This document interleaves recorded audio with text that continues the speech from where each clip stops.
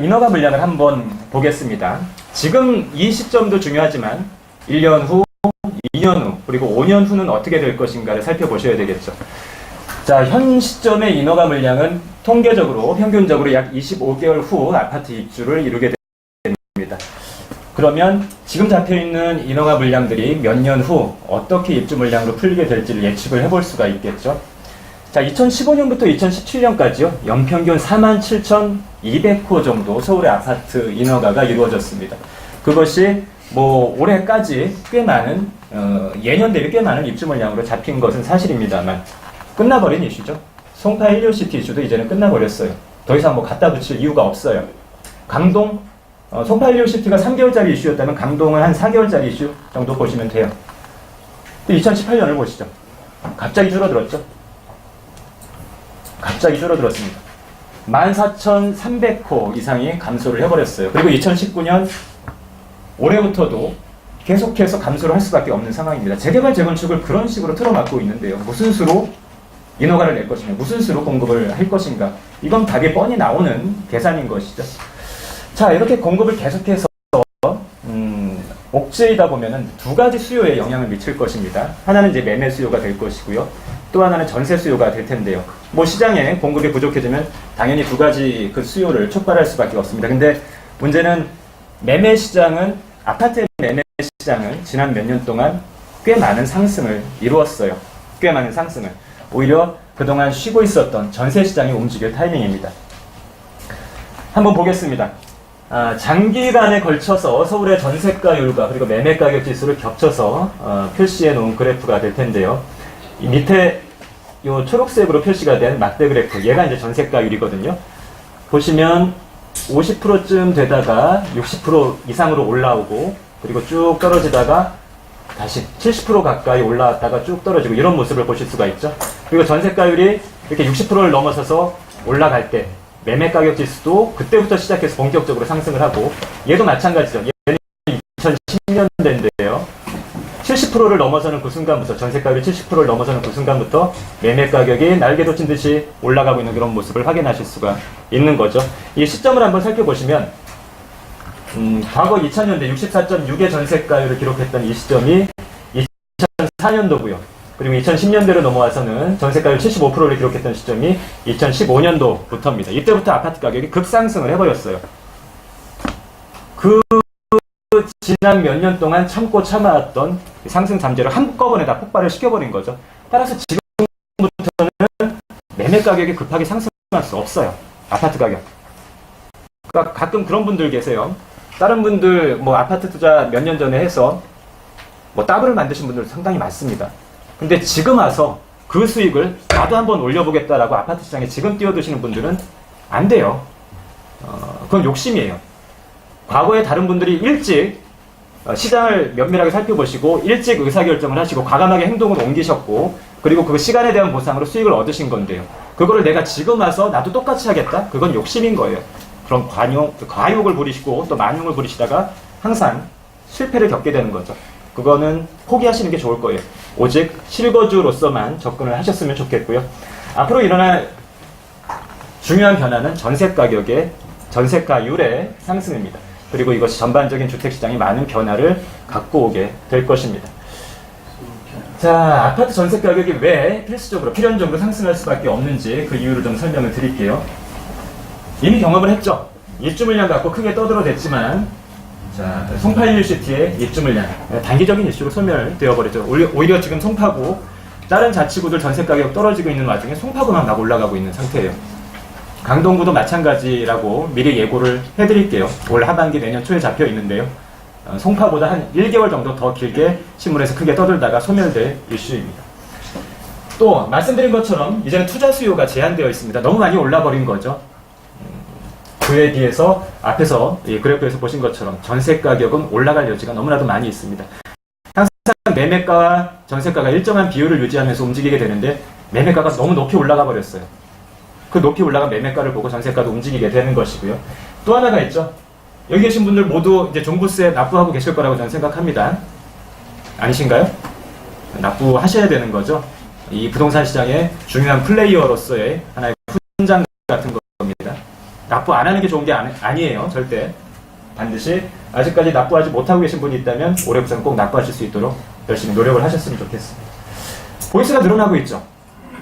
그 임대인의 보이스 상승분 누구한테 떠넘길까요? 자제분들한테 떠넘길까요? 임차인한테 떠넘길 수밖에 없습니다. 필수적이에요. 필연적이에요. 이건 뭐 냉정하다라고 이야기할 것도 아니고요. 자연스러운 이 자본주의 시장의 이치입니다. 임대가가 올라갈 수밖에 없는 상황인 거죠. 그리고 또 하나 여기에서 여러분들이 캐치를 하셔야 될 부분들은 아파트 전세 가격이 이렇게 올라가게 된다면 그 아파트 전세를 대체할 수 있는 주택시장에 또 다른 수요가 발생한다는 거죠. 오히려 지금은 거기에서 여러분들의 기회를 찾아보시는 것이 훨씬 더 현실적이고 효과적일 것입니다. 이러한 내용들을 머릿속에 쭉 담아 보시고요. 자, 어떤 식으로 이 아파트의 전세 가격이 이 아파트 전세를 대체할 수 있는 소형주택의 매매 가격을 밀어 올리는지 제가 통계를 집계 한 건데요. 전용면적 60제곱미터 이하의 서울시 전체 실거래가의 평균을 별도로 제가 집계를 한 것입니다. 숫자의 오차는 없습니다. 2013년도를 한번 볼까요? 자, 서울의 그때 당시 다세대 주택의 평균 매매가가 1억 6천만 원이었고요. 그리고 위에 보시면 서울 아파트의 평균 전세가가 1억 8천만 원이었습니다. 얘를 보고 올라가겠죠. 시간이 흐른 다음에 2016년도를 보겠습니다. 서울의 다세대 주택의 평균 매매 가격이 1억 9천만 원에서 시작해서 다시 그 시점에 서울 아파트 평균 전세가를 쫓아 올라가게 되겠죠. 지금 시간이 흐른 다음에 2018년도를 볼까요? 다 2억 3천만 원까지 올라왔고요. 이제는 목표가 바뀌었죠. 2018년도 시점에 2018년 현재 서울 아파트 평균 전세가 거의 뭐 3억 가까이 되죠. 얘를 보고 쫓아 올라가는 거예요. 얘를 보고 이런 식으로 아파트의 전세가와 그리고 소형주택, 아파트 전세를 대체하는 소형주택의 매매가는 짝을 이루면서 항상 그 시점의 목표 가격을 제시를 하고 그것을 달성하게 되면 다음번 아파트 전세가를 쫓아서 올라가게 되는 겁니다. 그러면 여러분들이 결정하셔야 되는 부분은 앞으로 아파트의 전세 가격이 올라갈지 떨어질지에 대한 판단만 하시면 정확하게 계산이 나오는 거예요. 하나의 사례를 들어서 말씀을 드리겠습니다. 아크로이스 노년이죠. 네, 경복 아파트입니다. 과거 경복 아파트, 재건축 아파트가 되겠죠. 아파트의 전세 가격을 놓고 소형주택, 다세대 주택의 매매 가격을 견주어서 이게 산출해 볼 수 있는 하나의 실무적인 방법을 좀 말씀을 드릴게요. 2016년도 이 아크로이스 노년의 34평 매매가가 12억 원 정도 합니다. 34평이라면 전용 84제곱미터 정도 되죠. 일반적으로 거래가 되는 소형주택의 면적 대비 환산을 하려면 절반 정도 보시면 되겠죠. 소형주택 면적을 적용하면 그 절반, 6억 원 정도 보시면 됩니다. 근데 아파트의 매매가와 바로 비교하시는 게 아니고 아파트의 전세가랑 비교를 하셔야 맞겠죠. 앞에서 보여드린 것처럼 전세가율은 아파트 전세가격 상승의 한계는 한 70% 정도 보시면 되겠습니다. 그러면 전세가율 상한 70%를 적용하면 4억 2천 정도 되는 거죠.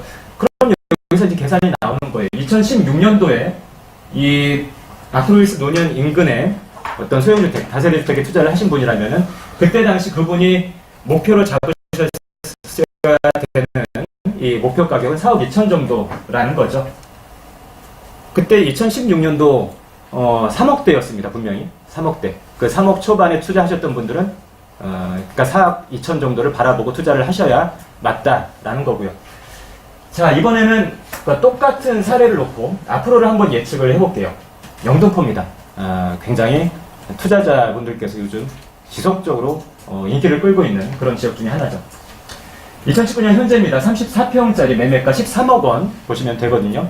그러니까 마포 대비 동일평형 한 1억에서 2억 정도 낮은 가격 수준으로 잡아보시면 맞겠습니다.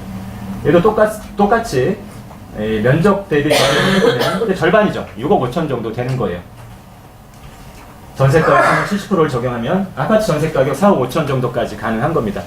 따라서 현 시점에서 3억 초반에서 3억 중반 사이에 영등포에 소형주택을 투자하시는 분들이라면 그분이 목표를 잡으셔야 되는 가격은 이거라는 거예요.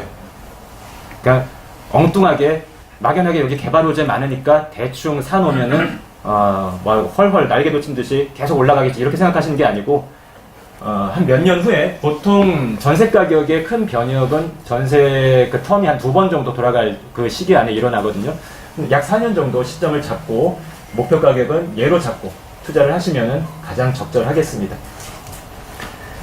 자, 이번엔 약간 이제 다른 각도에서 접근을 해볼 텐데요. 역삼동에 역삼 아이파크라는 아파트가 있어요. 여기는 굉장히 작은 전용 면적이 28제곱미터짜리 아파트가 있거든요. 일반적인 뭐 오피스텔 크기 정도 되는 거죠. 그러니까 이런 경우에는 역삼 아이파크가 있는 요 일대에 어떤 오피스텔을 내가 매입을 하려고 하는데 앞으로 가격을 어떤 식으로 미래 가격을 산정해야 될까, 그런 거를 따져볼 때 유용한 방법이 될 겁니다. 현재 입주 14년차 역삼 아이파크 전용 8.5평짜리 매매가가 7억 5천입니다.